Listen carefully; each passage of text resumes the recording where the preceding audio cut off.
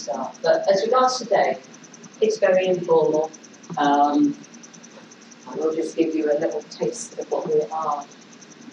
We'll come back to that one because I just want to get to that so you've got an idea of what we are actually planning for you today. So as you can see, plan for the day, we're sharing, we're going to have fun. It's a safe environment in this room. So please, please feel, I know when technicians all get together, there's a lot of conversations that happen. This is how it is in my centre, and oh God, does that happen in yours as well? No problem. Share all of that during the day, either formally to the whole group or informally. What's said in here stays in here. And I'm hoping that you will take away something. Take away something for yourself, because this is a development day. Over the years, and those of you who've been technicians quite a long time, we've had to push the role, we've had to enlighten your employers sometimes as regards the major work that you do in your centres and your work. So for me, I hope you take something away personally, but I also hope you take something away as regards to people you're going to meet today in the room, but also little tips, tricks, tips, and things that we will be covering today. So please do share. Very informal. And as you can see, introduction aims. The first session is going to be, because we have got a brilliant mix in the room, and we'll find out when we introduce as regards our HMI and our NHS technicians. There are also people in the room who jumped from HEI to NHS. We've got the Royal College here, so we've got a really good mix of where you work, where you come from, and what your daily activities are and how different they are. So that's going to be a good session. We've then got, we wanted to not do too much technical stuff, but more non-technical stuff, but we did want to include common mannequin problems, and I know some of you have shared with me already some of your issues. And hopefully we will be doing, I put phone a friend there, they're introducing a new offering, a new service, which we're hopefully going to pull in on. We have got a new launch demonstration by a company which I just love the name, Bloody Realist. So she's here for the first time at ASPiH. I haven't even met her yet. So she's going to do a demo. And then this afternoon you may or may not put what you've learned into actual competition. Again, very low key competition. And then Sam and Rebecca are going to, from the stick, going to judge that. Then we're doing a bit of facing challenges, problem solving clinic. And then round at the prize gift. So it may or may not be what you were expecting, but hopefully it will all come together and we will have a good day. So I'm just going to go back. So, welcome and instruction. I have put that little quote on because those of you who know me, I always pull on this quote because a technician said it to me years and years ago when he was struggling with some of faculty or team or whatever, am I faculty or just part of the team? And that sums up really how 8 years ago some of the techs felt. And it may be that sometimes you feel like that still. But yeah, it's quite a leading question, that is. Am I faculty or just part of the team? So I hope we've overcome a lot of those challenges, but we know they're still there. So what I'm going to suggest is if we go around the room and just who you are, where you work, and anything else you'd like to add. I'm Beth Spencer and I'm from Edgehill University in Ormskirk in Lancashire. I'm the only technician we have at the moment, so we've just got somebody else in, but we've recently gone from 3 rooms to 3 floors. We've just opened to a new simulation centre, which is massive, so I've got loads of challenges. And the person who we brought in to work alongside me, but that busy at the moment that I can't actually help her or show her anything, so it's a bit of a breather coming here today just to get out of the place. It's mad, that's where I'm from anyway. Yeah, nice to see you again because you came on one of the step courses. Yeah. And now you've got your professional registration, yeah? I want the certificate though. It's in the post. Oh, right, okay. I'm going to email you. I'm going to show it off everywhere. Yeah, no, it's coming. It's there. It'll probably be there when we get back. Yeah. Although no, it's going to be there. Oh, thank you. I'm Rebecca. I work for the University of ASPiH. So I work across nursing, paramedic and physiotherapy courses. And I haven't got a clue where I sit. So Well, I've you've got got technical to do stuff, this I've part. got skills demonstrating, I also end up here teaching in It's 8 hours. very dual role-ish almost, yeah. I think there's a couple of people Yeah. in the room who are considering themselves as dual role. Yeah, so I end up doing movement handling teaching to our students and stuff like that. So I don't know where I am. And you've also gained your professional registration this year, and you're also waiting for your certificate. Yeah. I didn't know that bit, so that's pretty cool. Yeah, I'm on the ground. So, right, okay. I'm Dermot Sister. I'm working in Great Western Hospital in London. Just started there about 3 months ago, but I've probably sent back in within 5 years. Great Oxford books. Oxford books. Took a chance on a job, and frankly, I thought things worked out for me. Yeah, so your input as regards our NHS, HEI, will be quite valuable for okay. I'm Stuart from the police consultant, and I've been doing this for a couple of years. Please do it, Paul. Enjoy it though, it's good fun. Quite a small group, but So background, can I ask background? So you're all going to be from different backgrounds, and I know so much of you, but well, I was in the lab first and doing things for non-clinical, so a lot of it really heavy and then I worked in education for a few years before that, junior student, so yeah, good first time. I'm the only one who's loads of quite a few of those things. Yeah, so Jeff Dyer, brand new to this, I only started in the middle of July, so it's really new to me. 30 years I worked previously for pharmaceutical companies, so I was a site QA manager for a pharmaceutical manufacturing project. Yeah, I work in the Bristol Medical Simulation Centre in Grace Bristol. That's a big change for you, yeah. Definitely. I'm Deirdre, I'm a nurse, retired from clinical nursing, and I'm in the College of Ethos and Dublin as a simulation nurse, and I do a little bit of everything. Dual role and And I manage it, and I actually love the job, and my aims keep going until I get the old pension, which is just a couple of years away. you're winding down. I'm winding down, You're winding down. but I love my wind down. No, you just do a retire and return. That's what everyone seems to be doing.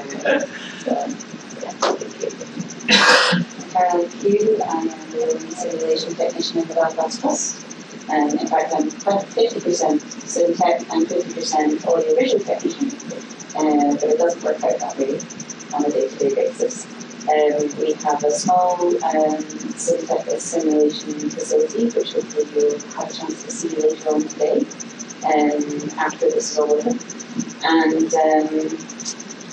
yeah, and then lots of mobile kit that I ramble and manage, and apply for 3 more posts in my area, 2 more sim-techs and 1 administrator.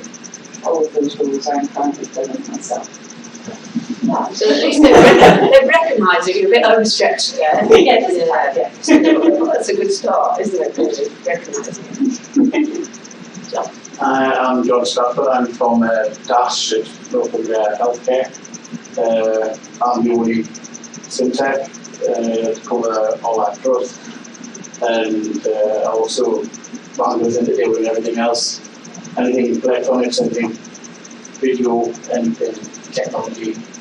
Yeah. Well, I'm from Slovakia, and I'm a small simulation center, and I'm working there for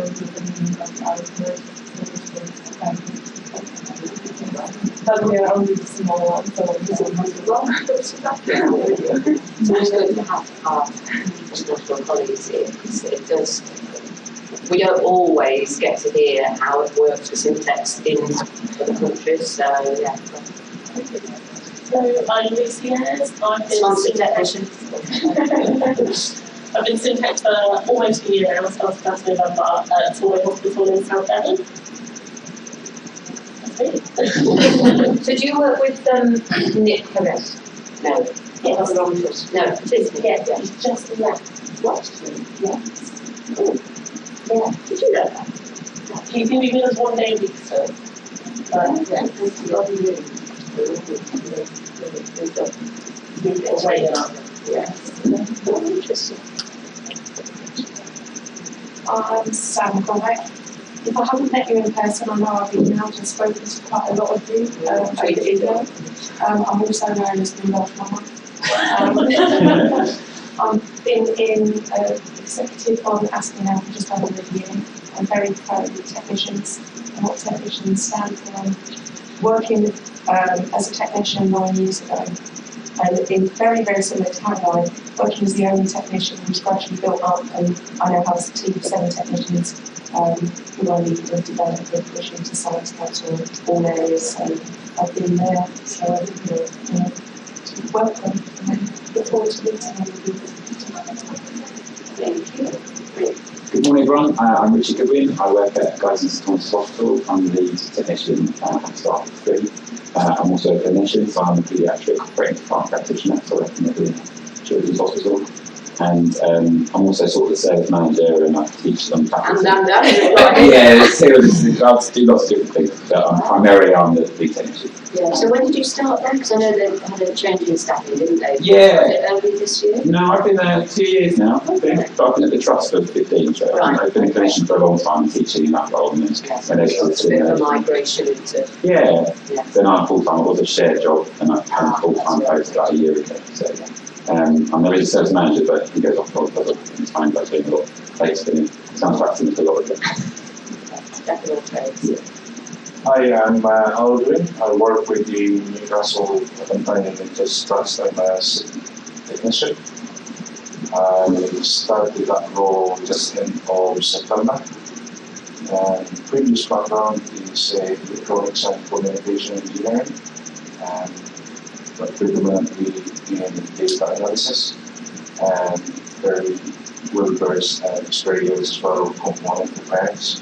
That industry was you. Yes, and I have applied for the job because it's very interesting that the medical and the electronics has been mixed up together. And for my experience with the wife,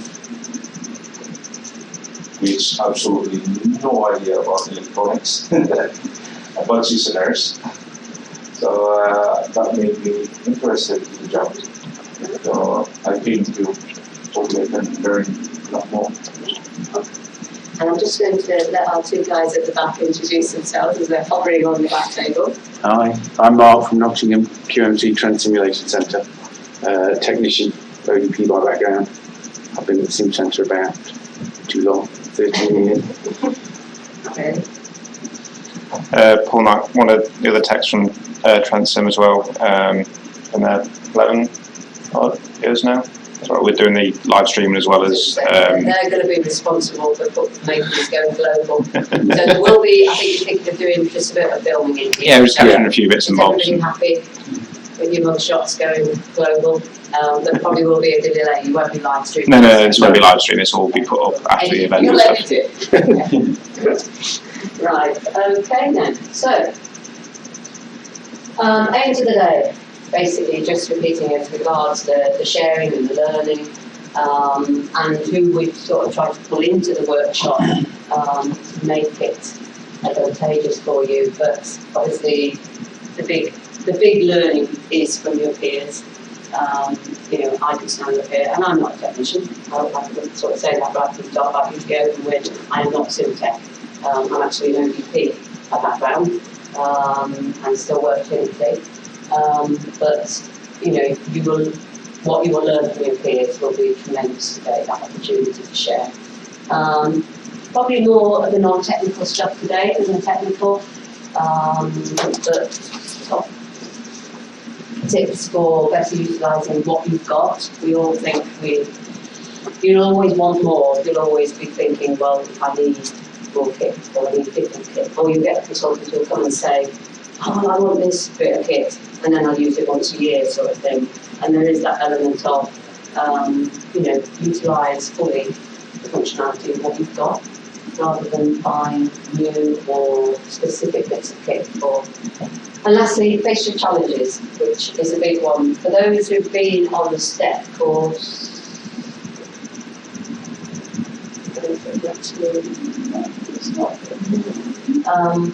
we're big on facing challenges on the STEP programme. I'll talk about the STEP programme a little bit later on. The LED or ASPiH Simulation Technician Education Programme. But a lot of it is about facing the challenges. So there's, everybody happy with the agenda? Anybody got anything that they thought was going to be there that we're not covering?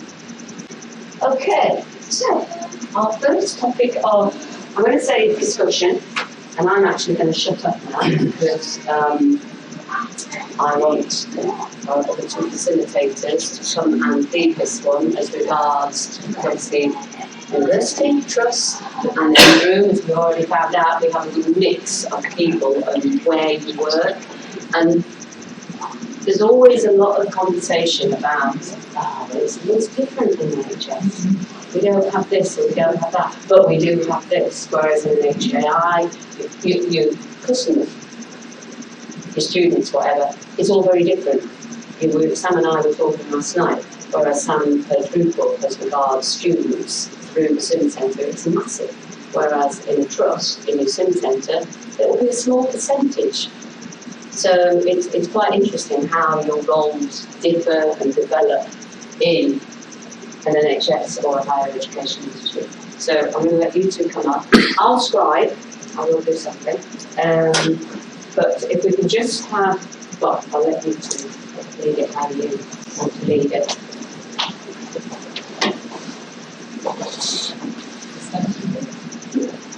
So, hello everybody.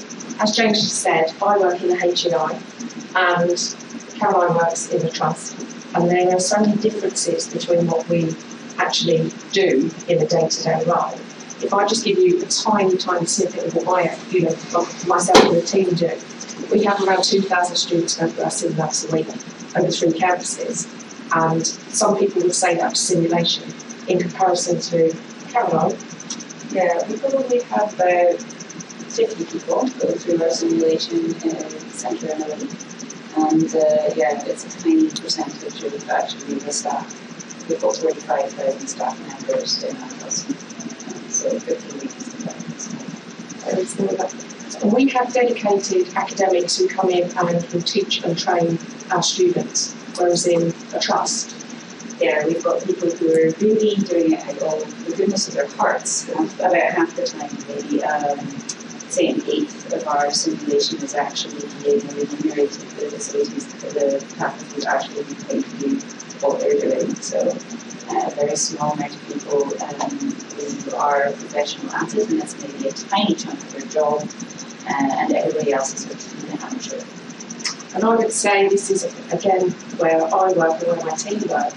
My team are very proud of being skills and simulation technicians. I would say for my team, probably 75% of their role is skills, and it's quite a small amount which is actually simulation. Whereas, well, I would actually say a good chunk of what I do is admin.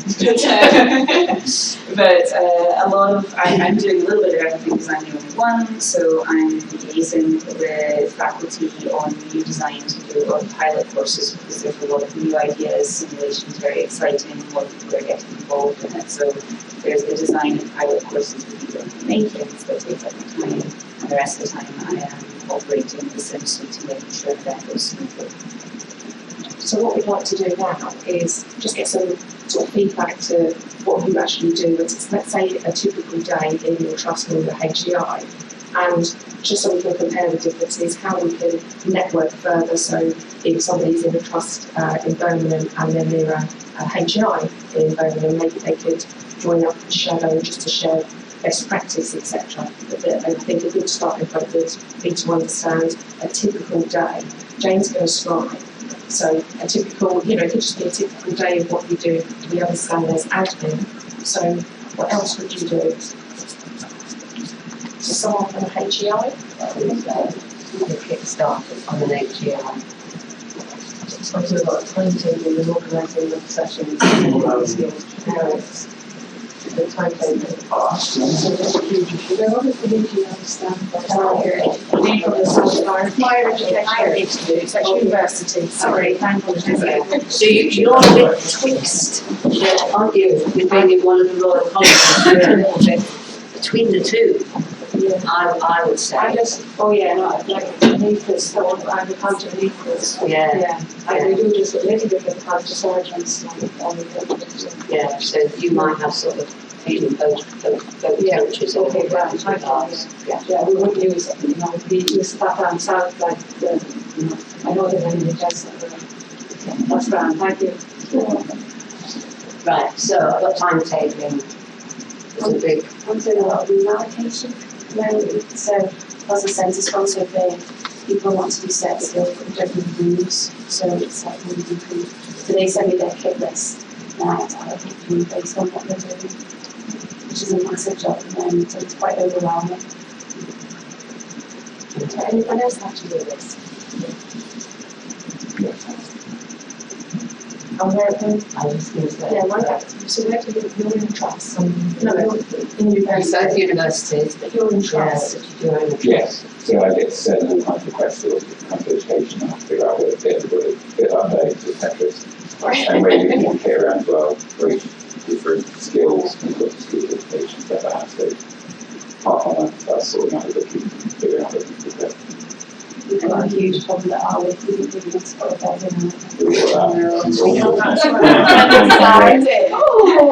So there's that to consider as well.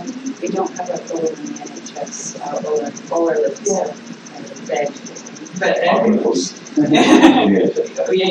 Yeah, it's a whole building. I was just going to say you also have Yeah, we're off live, part of main building. part of cross site. That's very good. But because we work with all sorts of educational events, that's something that takes up a lot of non-certain time is room allocation. But it's a case of there is no space in, I think, most healthcare facilities. That everybody's running out of space, so people will be going in and pretending that something's an educational thing, and it's actually a retirement party, or lying to get in. Yeah, exactly. So on that, is there anyone that shares equipment across campuses, across trusts, so how do you deal with that? Well, we share it over with KCL, College University, so we post note sheets that from that part. We often end up hosting them because they'll be building an education centre at our campus. There's a lot of duality between our departments. So does it fall onto you to organise it, or is it just something you take up to make sure you've got the equipment? No, a bit both. There's educators and administration staff from that university as well who communicate with us sometimes before and they can steer the social. But that's quite unique to work that closely, isn't it, with the university? Yeah, because You find that there is always, that's why it's so fine. Yeah. We're even thinking about building a joint centre, a dual NHS higher education centre within our. Because you always get that sort of, in universities as regards the link people, but not as close a working as that, do you? Has anybody else got that sort of relationship with their nearby trust or their? We just have to be really careful because we've got 3 trusts, so we can't seem to favour one.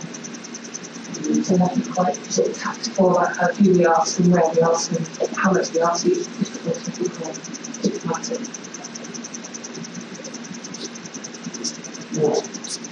So I put cross-site as regards NHS. But obviously that applies to campuses as well when you expect to work. Yeah, we've got Manchester and we did have we've got all the heads of as and so forth. But yeah, we have to shift it between Manchester and Ulster. We've got interviews on both sides and then we've got paramedics on the Manchester side. There's a lot of cross-site is definitely one route across, isn't it? Oh, massive. Where I am, it's an hour's journey to our furthest campus, and there could be, similar enough to go over it. And it's not just about using it for that day, as I'm sure you will understand. It's about travelling there the day before and then coming back the day after. So that sort of falls on us. It doesn't sit in any remit really. It's just we do it to make sure we've got the equipment for the next day, and we just sort of take it on. Something that I would really be interested in is anyone who works in a trust compared to the HEI. When you're in a simulation, if you're working in a trust, do you get involved actually like as a steward or as a parent, partner, sibling, etc.? If you're in HEI, do you get involved as well? Because I know at our HEI, none of our syntax actually get involved as in a steward or a patient or anything else. They are very much behind the scenes. I've been a consultant and a patient. And today I am. Yeah. So just wherever they are, people get 3 people, we can as a patient 3 people. That's quite difficult. So you just end up hands on. Yeah. So NHS, you're NHS. As you say, it's just that it's people doing typing something that can work. Yeah. So it's just you and the TV and your team. You quite a lot of and a lot of care teaching, so we're actually in the hospital. Yeah, so you're in situ stuff. Yeah. I've been a man with garden and drawing classes day later. But what about work? Yeah, that's right, we both get to it. So we do get involved. Right. A lot of enjoyment in making it as realistic, whatever is possible, playing the rules, but they are getting on. So that's NHS. Anybody in university who... I don't play all the time, What about work? Well, you know, as part of mine, I would have to be, so, you know, Yeah, as a nurse, you know, as well as doing the technical, but every time I'm there, I would have to roll the thing. So other university people. Yeah, so Jesus are coming up. Yeah, I'll be part of like the HCA or something in the background. I'm just Some involvement. Yeah, but more from just if the students aren't aware where stuff is in the ward setting, so they'll be like, well, you know, ASPiH, which is HCA, and you need to go safe rooms, like something like that. But I'm not too involved in the scenario, I'm just in the background, I think, as a spare part. Is that similar to other HEIs? I think where we struggle with this, we don't do a lot of simulation per se, but we do a lot of skills work. And then, because I'm a clinical nurse by background, I'm then co-teaching. Okay. So your role was in struggle too, in effect. Yeah. So do you feel it's 50-50, or it goes more towards the clinical side, more towards the clinical, and you're employed as technician? I don't think it was. No, we purposely avoided putting a session in about job descriptions because it, you know, we spent more time on that.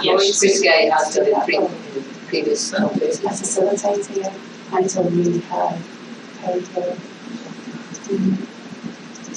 and our technician from the not just the site provision. As a facilitator, so she now has moved away from that side and she's in class. And she's having massive memories. You always say that's most people who set up so better than because they can really see it. Okay. And you just say they also process too when they don't know because they're not usually together. It's amazing that that's what you make it be so balanced. Right, so I'm trying to capture. Yes. There's a lot of orderly commissioning of stuff. Yeah, Sourcing of equipment. The administration. A lot of time on having tables and quotes. Finance. Orders. If you just get, and you're both HEIs, aren't you? Oh yeah, Considering this. Oh yeah, sure. 4 weeks later, you're still kind of mindful of the through it and get it all signed off. Charity bits as well. We've got those different ages. That's all I've got. Yeah, we have to do a lot of business cases and things like that to prove why and what we want. And loaded in the finances, like in the 9 or complete finance system spreadsheet, even though it's all in the system, like you record it in front of us there, so we can check what's going in and out. So you've got to rely on it. Occasionally find kit that you own that's been nicked. Oh yeah, been in somebody All else's the time. department for 2 years. I've emailed someone as well for something. Because I can't say I need it back.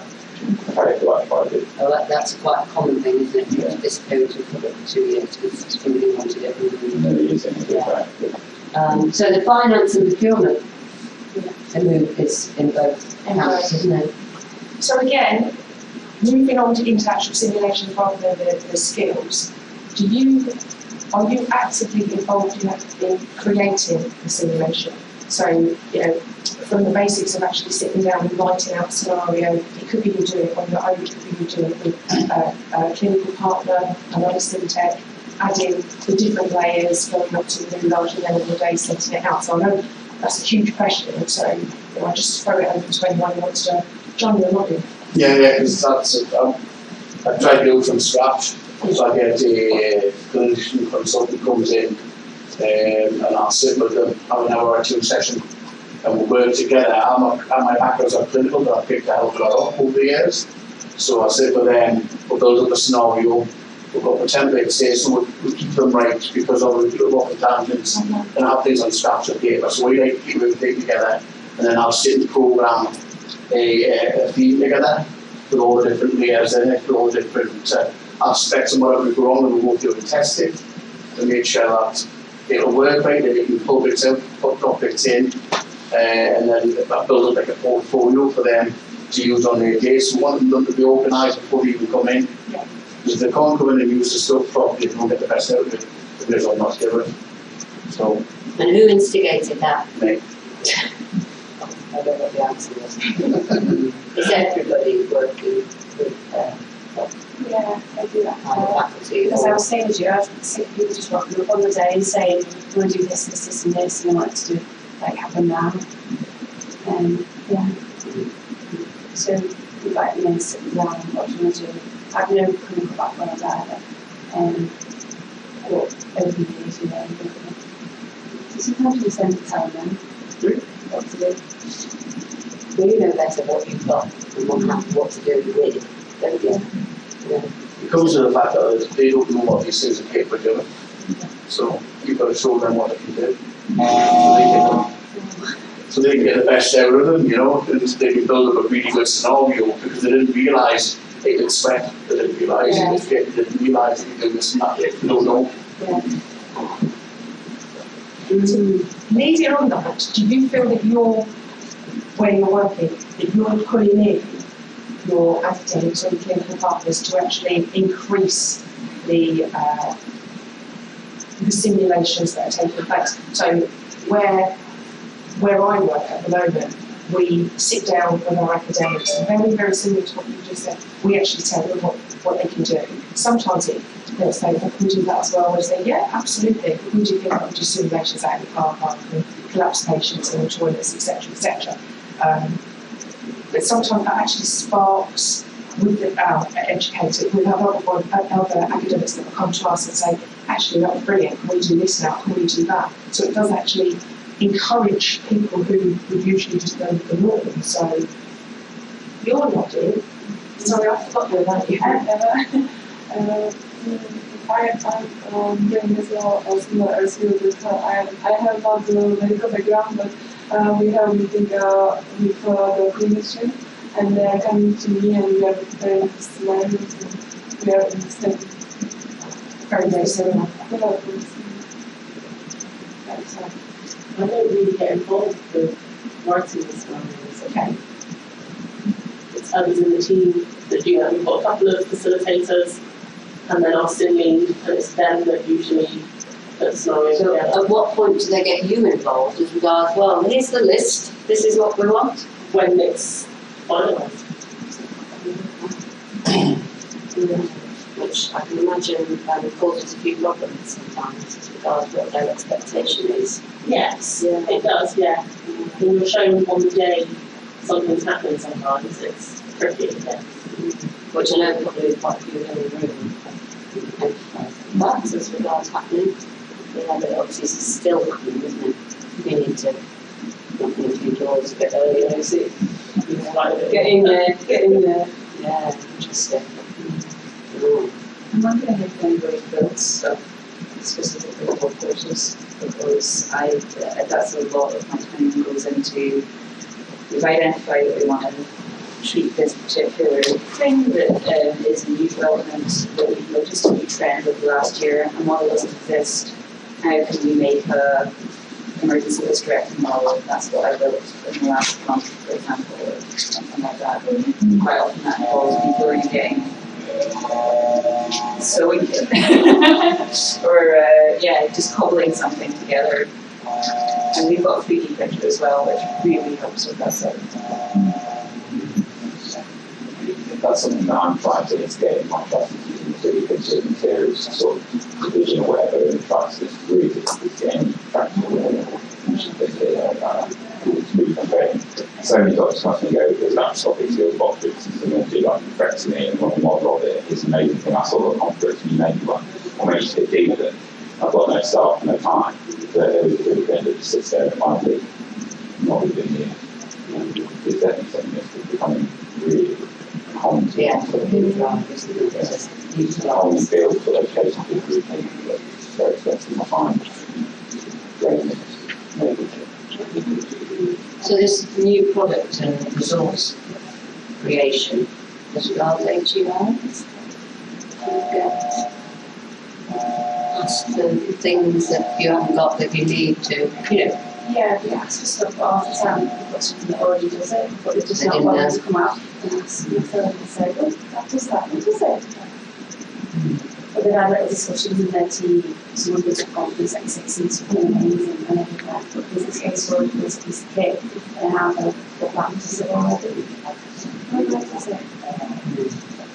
So yeah, it's probably a bigger role in the NHS, isn't it, as regards actually producing something that is a specific skill. But that sounds like your other faculty members take much more responsibility over sourcing and stuff, if they're actually going and making their own business case. I would love it if a faculty member came up to me and said, oh, I've just filled out this business case, and I hadn't written it. That was great. You see, saying that, business case, if you're writing them and Caroline's in a trust, I'm in HEI, and I write a business case on all of the equipment, so there's a similarity there as well. Is there anyone else that has an input or writes the business case? You do? Well, charity, business case, I get involved in that sort of stuff, but a lot of the charity bits, right? So we've got a charity, you have to write a charity case with why you want something. It's a really rigorous process, but it's very similar to business case. Yeah. Very similar. Yeah. I'm going to try something that I think we briefly touched on before, which was reaching out to kind of create demand for simulation. Or, that's something that, because simulation is quite new, and there's pockets of people that know all about it, our anaesthetists know all about it, and our emergency department, they are all about it. But then there's whole areas that they kind of utilise some techniques, but they're not aware that simulation can be a whole process and have, a structure to it. So there is a bit of reaching out there on my part, Twitter, bit of internal PR, again, it's a huge organisation, and trying to kind of promote interprofessional education as well, because we have people quite split around, and even getting our doctors and nurses to train together is a big challenge that we're trying to solve with simulation. Anybody else trying to do that? We use a lot of media feeds, Facebook, Twitter, just to make people realise what actually we do. And we just to show them that they can do things outside also. So I also put out a course that I run, so to get people to realise what the capabilities are, how to make their department, and show them ins and outs, so then they can come in and do their sessions with us and create their ones. They a lot of people have a lot of community in now, whereas the community wouldn't go in for. But now we're like a podiatry man coming into the community, want to do certain things, I don't know. So they love it, they absolutely love it. So they're asking me to help them and work with them to go up the courses. And so yeah, we reach out to everybody. So it's not just for the students to use; it's for every department. It's for a wide range. It's for everybody. It's not just for one set of people. So you almost feel that the reaching out, the promotion, the marketing in an NHS, in an HEI, that's your open day because you're reaching out to your future customers, aren't you? Your students, and come and come to Hill, come here. We've got the best centre, or we've got this. I mean, the competition is great, isn't it? Amongst universities now with all of their offering and centres and whatnot. So yeah, it's a different market, isn't it? Really, as regards who you're trying to get in these centres. What we do as well is we've got quite a good outward-facing social media presence, and we do that to increase the visibility of the team.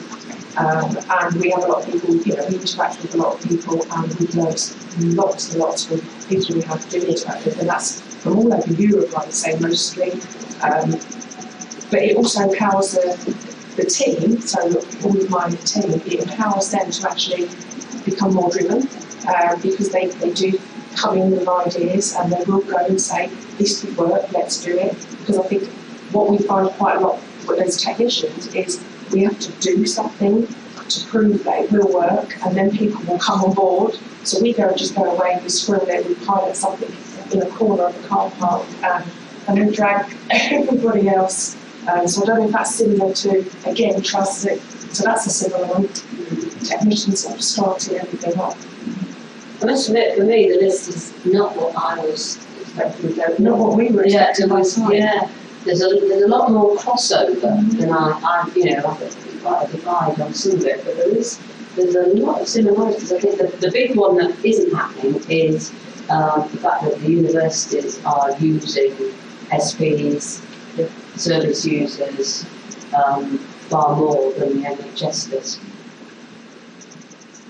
Yeah. Is that just down to funding though? Whether obviously a trust, but we're a university trust hospital, so it's kind of, I don't know whether there just seems to be. Yeah, if you put HEI always seem to have more money than the trust. I don't know whether it's just a biased opinion there, whether it's. Yeah, we struggle to justify paying for actors when we need them. Yeah. So let alone employing them to come along, isn't it? And both hospitals. It probably will be down to funding. And also the mindset, isn't it? What do you mean you need to pay for 10 SPs to come with? Can't you find some people within the trust, within the staff as well? So they're all staff that's retired.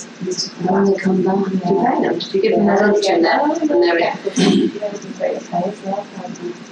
but they're all like, what's it you retired to? So they lie in the bed.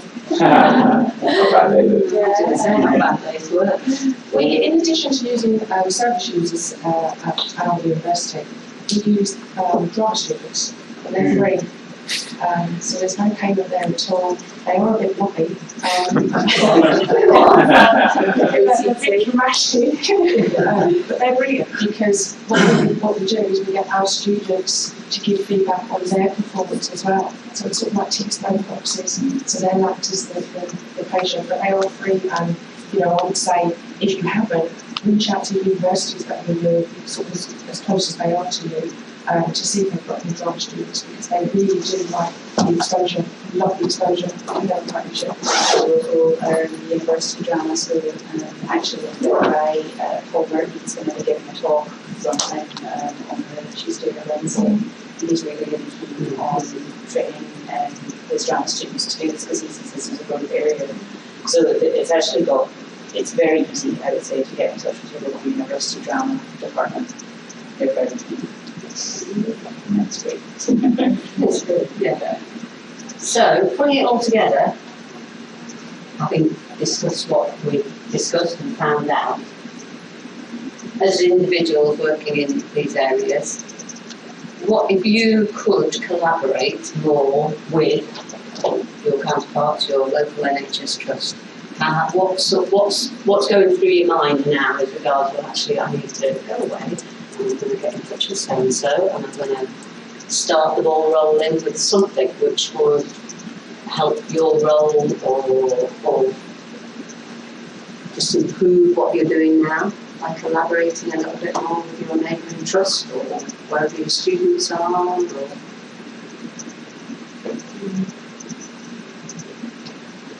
anybody got any thoughts running through their mind now? There's something that they could go away and think, actually, I'm gonna go back now and do something on this. That's a very good. So you can read this with keep trust, huge trust, and it's kind of half trust. Okay. And the four of us kind of do it to Do you have a bit of power?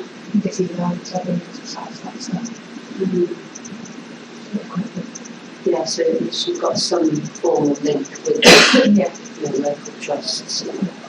And do you find that you correspond with them if you want to find out something, or, you know, the datexes that we need to perhaps recreate or something like that? Not so much that, and they might have a problem. One of them wanted to know how to video their simulation because they had somebody failing course, and then they kept arguing that they weren't failing. So trying to work out how to video the session so they put the evidence that they're failing, and I was trying to troubleshoot what ideas we could do this month. So I'll give it back suggestions. And then I thought about asking about data because that's what people use to do themselves. Yeah, because sometimes, you know, the two don't join together sufficiently to actually, you know, and then it becomes like a knee-jerk, doesn't it? We actually really need to do this because that has actually been really there. Anybody else thinking how they might sort of go back and think, right, which is your local university, John? Northumbria. Yeah. But we worked with I was going to Newcastle. say you work quite closely with them already, don't you? With Newcastle University and Northumbria. We'll try to put in mental health side from another NHS trust. But then things were going to be going ahead, and then somebody left and it didn't go ahead, so it's fell by the wayside. But it's a bit of a shame. It would be nice, just something to think about. Yeah. Anybody else? I actually have a barrier, which is getting in touch with people in the universities to just follow a different year cycle. So the links that you have with the university are planned a year in advance in order to get around that, and it's just quite hard because a lot of our work happens in holiday times. A lot of our faculty take annual leave to do simulation. So it's in our quiet periods of the hospital and the academic year that we would actually be busy, and then it's quite hard to just get people together. I don't know if anyone's managed to get around that because I can just plan it in advance. It's quite hard to get my corresponding texts in the university to plan a year in advance because they are pushing 2,000 people a week. Yeah. Yeah, we struggle to do taster days for local colleges and things, and it's purely down to getting staff in, so the academic staff to come in on the day, because they're just too busy. So anything like that, any other sort of courses, anything that the trust is just at the moment it's like on the back burner because it's my trying to get through all the student days and taster days and through the open days and do staff development things as well. So that's not something I'm looking about. We're actually struggling with the new courses coming in looking into simulation, can't get booked in. We've always said booked up nearly 2 years in advance. And it's getting ridiculous, it's getting even longer than Is that. that for your faculty development days, sort of introduction to STEM? If you want to use anything, Anything. book solid every day. It's just what I work on. When we asked to go on open weekends, which I didn't want to do.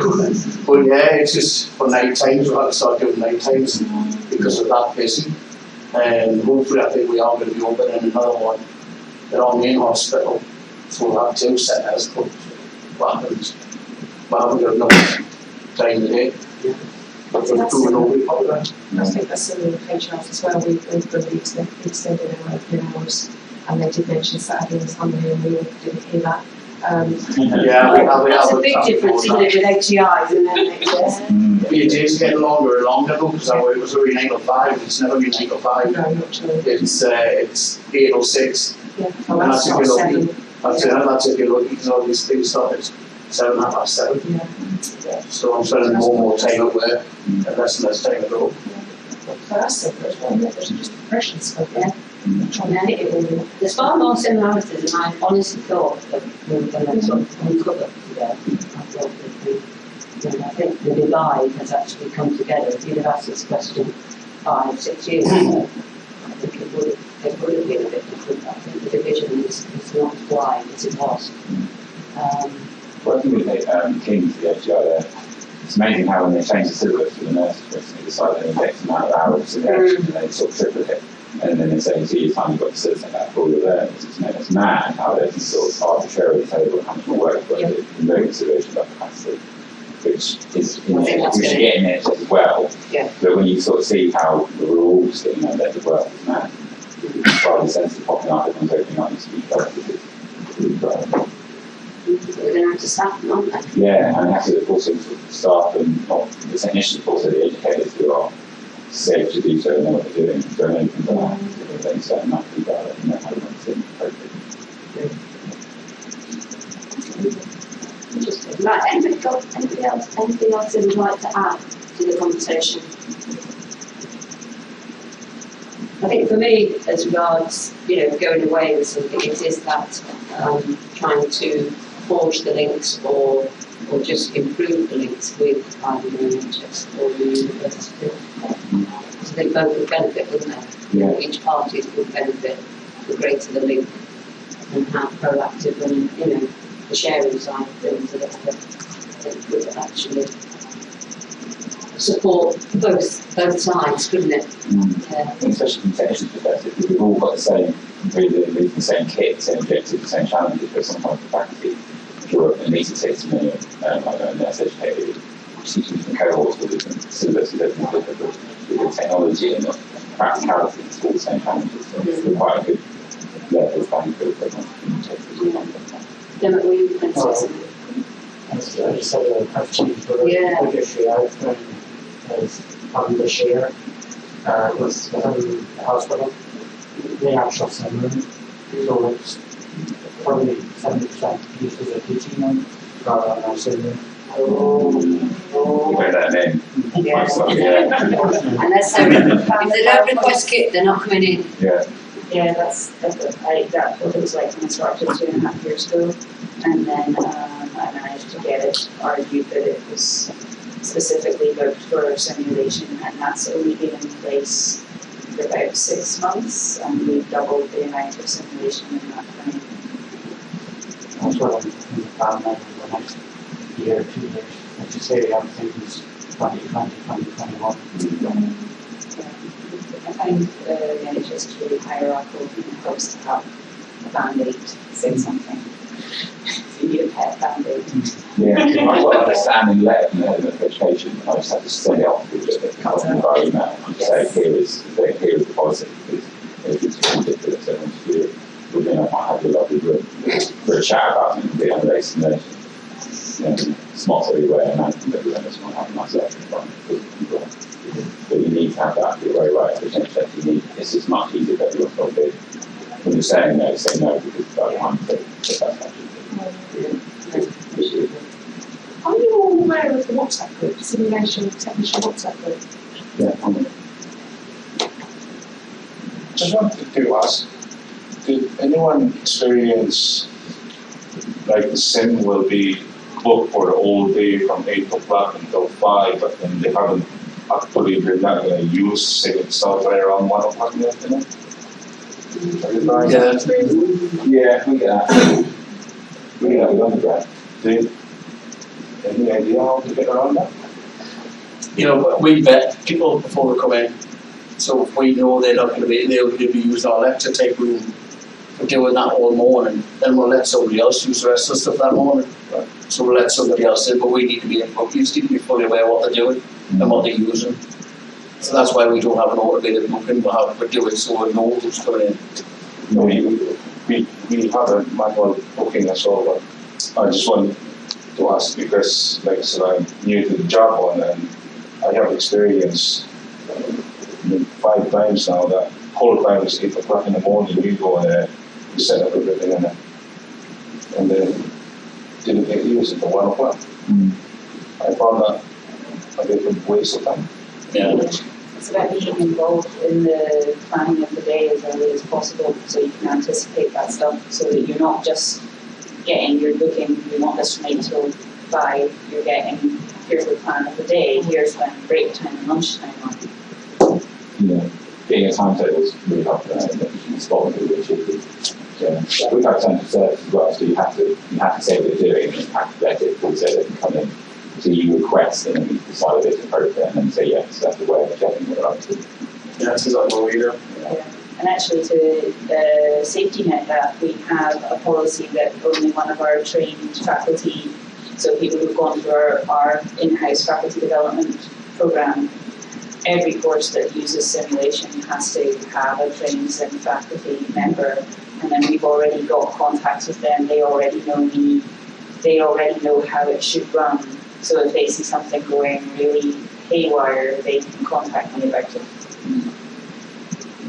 What we do is, ours is an automated booking service, and we contact it timetabling, and they send us an automated email to say someone's booked our area, and then we will physically, we'll go out and find that person on campus, or we'll email them to find out, do you really need it 8 till 5, or because sometimes I think this sounds terrible, but I think sometimes they just book it to be selfish so that they know they can go in there for the 2 hours before, they're not doing anything at all. And over time, we'll know, who's Caroline, we know Caroline does that all the time, and we will say, actually, you need to get in there to set your equipment up, and we've sort of almost put the overtime there, because sometimes they do, the way people book it, we can't actually physically get in to prepare everything for us as well. So yeah, as is automated now. I mean, it took 6 months to get the process working properly, but now anything that goes into our sim labs automated to our plans really good. So that's helpful as well. We have people then come in usually booking a day or half a day so they can come and set up. Yeah. Maybe the next day. So instead of them coming in and saying, that's all 5 o'clock, and it's maybe we finished, right, set up a bit then come in early the next morning and finish it off. Try and book a day, half a day. Not that then. Too much. I've heard they do that.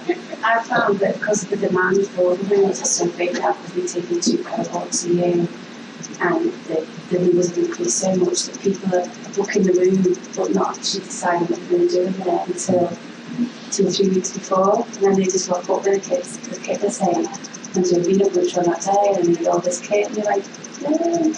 But you don't find out that they put the room for that month. You never used to find out to book the room all day until literally they came to you that kit list. But now that I'm doing the room bookings, I can go back to them and say, well, what are you actually doing? And I won't accept a booking now that hasn't got what they're doing in there. They might just pass it back and say, no, we're not securing rooms. That's what they do, securing rooms, and then it's usually for a couple of hours or half a day. I can't sit there every day. Right. Okay. Anybody got anything else to add? No? Right. Okay. So we will finish with our whatnot. Thanks so much for really interesting conversation. Yeah. And if any of you are members of the WhatsApp Sim network who would like to be, if you give me your telephone number and give me permission to pass it to the person who adds, then we can add you on there. It's not something that you have to participate in all the time, but there is some really, really great assistance, especially in time to need if you're new, if you're setting up, let's say, a smart camera, and it's like, why is this not connecting? There will be, I think there's about 1 or 2 people, I think someone will come back and say, whatever the answer is. When we started that book was really forward. Yeah, it is the start. Simulation. Yeah. Going forward, passing to forwards and everything. Yeah, it's really good. Yeah, really love it, especially, and it is, well, I'm not on it, because I'm not too tech. I said to Chris, I'm not going on it, but it's worked because it is just syntax that. Yeah, there's usually somebody on hand there. Yeah. Who knows Somebody will answer you. Yeah. Somebody else. Why is this not working? Yeah. Sometimes it's quite overwhelming, like getting a million answers. Yeah, I think it'll be helpful. Yeah.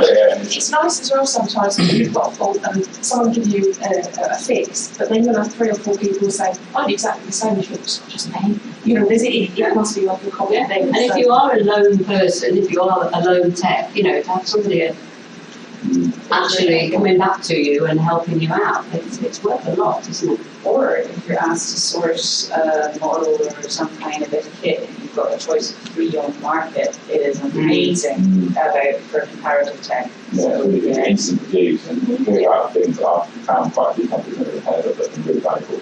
Absolutely. Yeah, well, you came up with something yesterday about something I've never heard of. The t-shirt. Oh, yeah. Have you seen the reality t-shirts? Yes. Oh, they are fabulous. It's a company called Curoscope. T-shirts £25 each off of Amazon, and you download a free app. I don't work for them, by the way. You then point the app at the t-shirt and you see the workings of the body. And you can The virtual go t-shirt. into the heart, go into the different chambers, go into the I mean, they are absolutely amazing. We use them at open days when we've got schools in. We use them with our level 4 anatomy and physiology students as well. They're fabulous, absolutely fabulous. If you get the opportunity to have a look, they're really good. So I've got a proposal on sim equipment, to donate to Tanzania. And then I've got 4 sim model. Wow.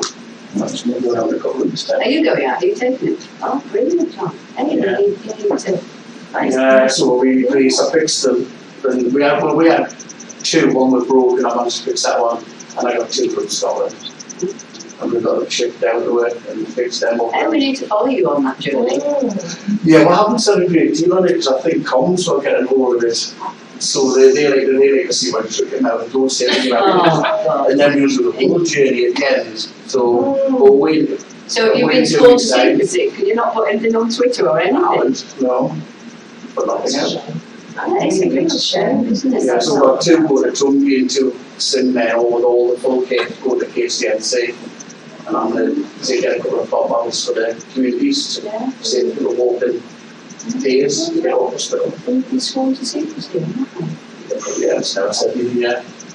And all my jobs. Very good. Right.